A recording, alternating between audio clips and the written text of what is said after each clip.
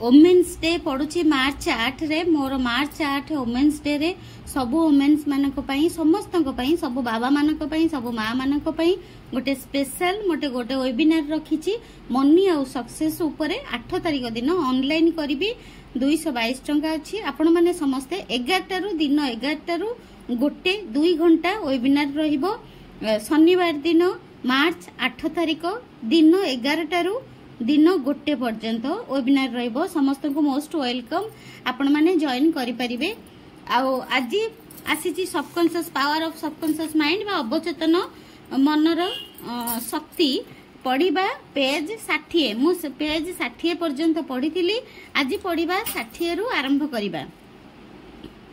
अवचेतन मन शरीर र समस्त कार्य को किपरि नियंत्रण करूछि। आपण सोइबा बेले एवं चेई थिबा बेले अवचेतन मनर अक्लांत परिश्रम चेतन मनर बिना हस्तक्षेप शरीर समस्त गुरुत्वपूर्ण चलन को नियंत्रण करिथाए। सोईथिबा बेले मध्य आपणक हृत्पिंड पूर्व भली समताल रे धिक धिक होइथाए। आपणक छाती एवं डायफ्राम मांसपेशी फुसफुस भितरे पवन भर्ती एवं बाहर करती। सेठारे ताजा अम्लजान शरीर कोशिका मानकर कार्यकलाप व्यवहृत होई अंगार कामलर परिणत होई बाहर को बाहरे। अवचेतन मन आपणक हजम प्रक्रिया एवं ग्रंथि गुड़िकरू क्षरणर नियंत्रित करे। सेही भली शरीरर अन्य जटिल प्रक्रिया गुड़िको मध्य नियंत्रित करे। एसबू आपण सोईथिबा एवं चेइथिबा उभय समय जारी रही थाए। जदि शरीरर चलन गुड़ी को चेतन मन साहाय्य परिचालना करिबा पई आपण को बाध्य करा जाए, तेबे आपण निश्चिंत भावरे विफल हेबे। बोध हुए बहुत शीघ्र आपणकर मृत्यु हेब। प्रक्रिया गुड़िक अत्यंत जटिल एवं परस्पर सह जड़ित। ओपन हार्ट सर्जरी समय व्यवहार हेउथिबा हार्ट लंग मेसिन आधुनिक चिकित्सा विज्ञानर अन्यतम चमत्कार, किंतु सेही जंत्रटी जहा करे ताहा अवचेतन मन वर्ष वर्ष धरी 24 घंटा जहा करि चलीछि ता तुलना रे अत्यंत सरल। धरि नियंतु आपण गोटिए सुपर सोनिक जेट लाइन रे महासागर पार हेउछंती एवं आपण कॉकपिट को बुली जाइछंती। निश्चित भावरे आपण उड़ाजहाज किपरि उड़े ताहा शिखि पारिबे नाही, किंतु पायलट रो ध्यान हटाई कोनोसी समस्या सृष्टि करिबा आपणकर पाई आपणक सृष्टि करिबा आपणक उड़ाजहाज किपरि उड़े ताहा शिखि पारिबे नाही, किंतु पायलट रो ध्यान हटाई कोनोसी समस्या सृष्टि करिबा आपणक पई कष्टकर हेबो नाही। सेही परि आपणक चेतन मन आपणक शरीर परिचालना करि पारिबो नाही, किंतु ठीक भाबरे परिचालना रे एहा बाधा सृष्टि करि पारे। ता माने हमर जदि अवचेतन मन ठीक हमर जो शरीर रो अंग सब काम करे, हार्ट फुसफुस लंग्स से सब हमर अवचेतन मस्तिष्क ही काम करे, किंतु चेतन मस्तिष्क करे नाही। चेतन मस्तिष्क जदि करिबो ताहले आमे मरि जिबा।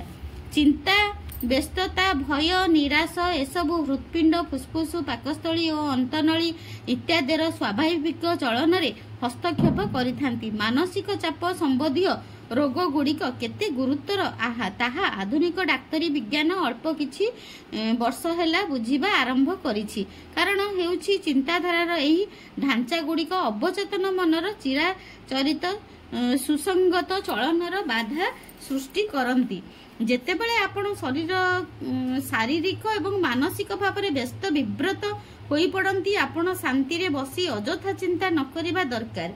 अवचेतन मन सह कथा होई दिव्य कृपारे शांतिपूर्ण परिवेश सृष्टि करिबा पई ताकू कहिबा दरकार। आपण देखिबे शरीरर समस्त चलन पुणी थरे स्वाभाविक होई जिवो। कर्तृत्व एवं आत्मविश्वासर सह अवचेतन मन सह कथा हुअन्तु। एहा आपणक निर्देश निश्चिंत भावरे पालन करिवे। जेतेबेले आपणकर कोनोसी परिस्थिति व्यस्त विव्रत थिबे कहउचंती राइटर कहउचंती जोसेफ मर्फी, आपण सेही समय रे आराम से टिके बसी जिबे, आपणक अवचेतन मस्तिष्क को कथा हेबे आ कहिबे एई परिस्थितिर समाधान मते कुहंतु। आ सेही परिस्थितिर समाधान बहुत सुंदर भावरे आपणकर होई जिवो। अवचेतन मन किपरि आपणक पई काम करिवे। प्रथमे आमे बुझिबा दरकार जे अवचेतन मन सबु बेले काम करूछि। आपण एथि प्रति प्रक्रिया करंतु प्रतिक्रिया करंतु कि न करंतु सेथिरे यार किछि जाय से नाही। दिन राति सबु बेले एहा सक्रिय। आपनको शरीर निर्माता हेउछि अवचेतन मन, किंतु आपण सचेत अवस्था से ही नीरव अंतर्निहित प्रक्रिया बुझी पारिबे नाही। आपण चेतन मन साहाय्य काम करंती, अवचेतन मन साहाय्य नुहे। चेतन मन को केवल भल परिणाम पाइबा आशा रे व्यस्त रखंतु एवं सुनिश्चित करंतु जे आपण जहा सब साधारणतः चिंता करंती सेगुड़िक सुंदर सत ठीक एवं सुसंगत होइथिबा उचित। चेतन मनर जत्न नेबा वर्तमान ठारू आरंभ करंतु। आत्मा एवं हृदय मध्यरे जानी रखंतु जे अवचेतन मन सबु बेले आपणक चिंताधारा अनुसार परिप्रकाश करूछि, दोहराउछि एवं कार्य रे परिणत करिबा पई चेष्टा करूछि। मने रखंतु जेपरि पाइप रे प्रवाहित पानी पाइप रो आकार नहीं थाए, आपणक चिंताधारार स्वभाव अनुसार आपणक भितरे जीवनर नियम प्रवाहित होइथाए। अवचेतन मन भितरे थिबा आरोग्यकारी उपचार आपणक भितरे सुख शांति आनंद एवं प्राचुर्य आनिदेबा पई प्रवाहित हेउछि बोली भावंतु। एहाकु जीवत सत्ता एवं आपणक पथरे सहायक बंधु बोली विचार करंतु। एहा लगातार आपणकु सक्रिय रखिबा प्रेरित करिबा दिगरे काम करूछि बोली दृढ़ विश्वास रखंतु। एहा पूरा पूरी सही परी ही काम करिबा जहा आपण विश्वास करिबे आपणक सह ताहा ही घटी चलिबो। अवचेतनार आरोग्यकारी प्रक्रिया ऑप्टिक स्नायुसु पुनः स्थापित करे। माने आम अवचेतन मस्तिष्क आमको सुस्थ रखिबारे सहाय्य करे। दक्षिण पश्चिम फ्रांस रो लॉर्ड्स ठारे विश्वर सबुठारु पवित्र आरोग्य प्रदानकारी पीठ रही बोली विश्वास करा जाए। लॉर्ड्स रो मेडिकल डिपार्टमेंट रे चमत्कार उपाय रे आरोग्य लाभर बहु संख्यक प्रमाण भरी रही। मैडम बायर मामला सेथि मध्यरु अन्यतम। मैडम बायर अंध थिले, तांकर ऑप्टिक स्नायु नष्ट होई जाइथिला। से लॉर्ड्स जीवा परे पुणी थरे दृष्टि शक्ति लाभ कले। अनेक डाक्तर तांकर परीक्षा करथिले एवं कहिथिले जे तांकर ऑप्टिक स्नायु आउ काम करिवो नाही, किंतु तथापि से देखि पारिले। मासक परे पुणी थरे परीक्षा कला बेले जणा पड़िला जे तांकर ऑप्टिक स्नायु पुनः स्थापित होईछि। दृष्टि शक्तिर समस्त व्यवस्था स्वाभाविक अछि। मु भल भाबरे जानिछि जे मैडम बायर पीठर पवित्र जल जोगु आरोग्य लाभ कले नाही, बरं तांको अवचेतन मन तांको चिंताधारार स्वभाव प्रति प्रतिक्रियाशील हेबा जोगु से दृष्टि शक्ति फेरी पाइले। विश्वास हेउची अवचेतन मन भितरे थिबा एक चिंताधारा। एहा होउची कोनोसी जिनिस को सत्य बोली ग्रहण करिबा। जेउ सत्य को आमे ग्रहण करू ताहा आपे आपे कार्य रे परिणत हुए। निसंदेह रे मैडम बायर अतुट आशा एवं विश्वास सह पीठ को जाइथिले। हृदय भितरे जानिथिले जे से निश्चिंत भावरे आरोग्य लाभ करिवे।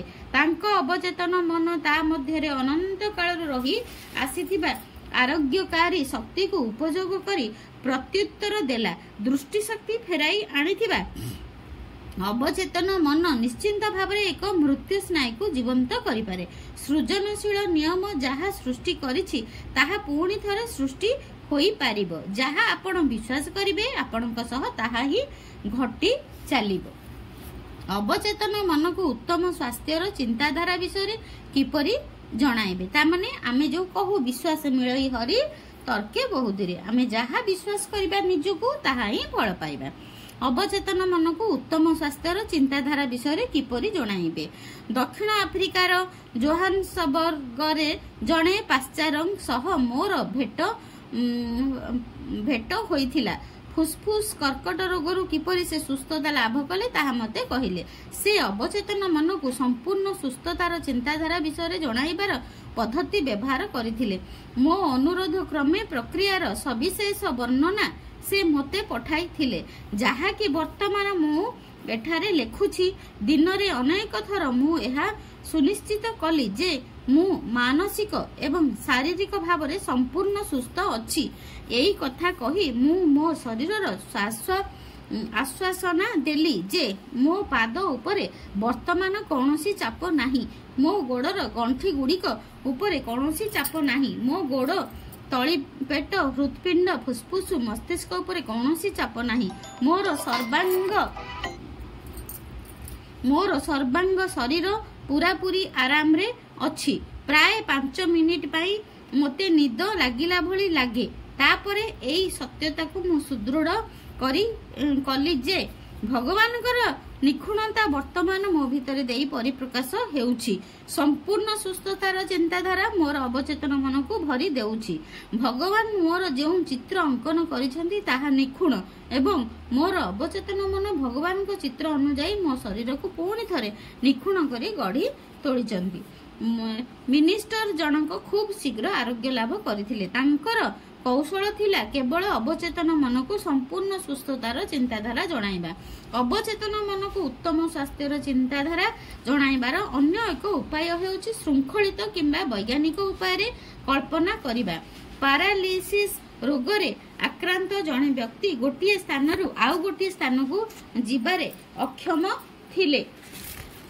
ऑफिस रे चल प्रचार करी डेस्क रे काम करिबा सह फोन रो उत्तर देबा एवं साधारणतः स्वाभाविक थिबा समय रे से जहा सब काम करंती से सब करुथिबा स्पष्ट चित्र कल्पना करिबा पई मु तांको कहिली बुझाइली जे उत्तम स्वास्थ्यर एही मानसिक कल्पना तांको अवचेतन मन ग्रहण करिवो। से ठीक सेही परी कले। से निज ऑफिस को जाई काम करुथिबार कल्पना कले। से जानिथिले जे अवचेतन मन को से किछि स्पष्ट एवं निर्दिष्ट चित्र प्रदान करूछंती जहा उपरे अवचेतन मन काम करिबा आरंभ करिबा दरकार अछि। अवचेतन मन रूपक परदा उपरे तांको कल्पनार छाप सृष्टि हेला। अनेक सप्ताह धरी लगातार से एही दृश्य कल्पना कले। तापरे गोटे दिन फोन रिंग हेला। सेतेबेले आउ केही घरे नथिले। फोन तांको सेज ठारू 12 फुट दूर रे थिला।